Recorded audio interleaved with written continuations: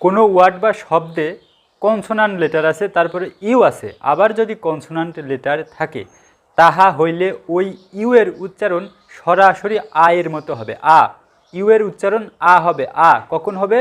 যদি ইউ এর দুই পাশে কনসোনান্ট লেটার থাকে বা কনসোনান্ট লেটারের মাঝখানে যদি ইউ লেটারটা থাকে। Example, but, B U T, but. এই বিটা হচ্ছে কনসোনান্ট, তারপরে ইউ আছে, ইউ এর পরে আবার কনসোনান্ট লেটার টি আছে, এজন্য বাট। Cut, null, nut. আবার কিছু ব্যতিক্রমও আছে, যেমন এন ইউ আর, নূর।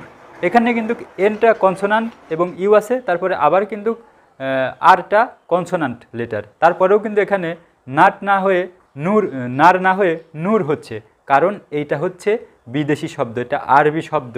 তাছাড়া এরকম নিয়ম আমরা আরও কিছু জানবো, যে ইউ এর উচ্চারণ কখনো ইউ হয়, কখনো আ হয়, কখনো রস্যু হয় বা রস্যুকার বা দুর্ঘকারের উচ্চারণও হয়। কিছু কারণ রয়েছে অবশ্য। জার্মানের ইংরেজি আর ফ্রান্সের ইংরেজি কিন্তু এক নয়। তো এই রকম বিশেষ নিয়মকানুনগুলো জানতে পেজটি ফলো দিতে পারেন।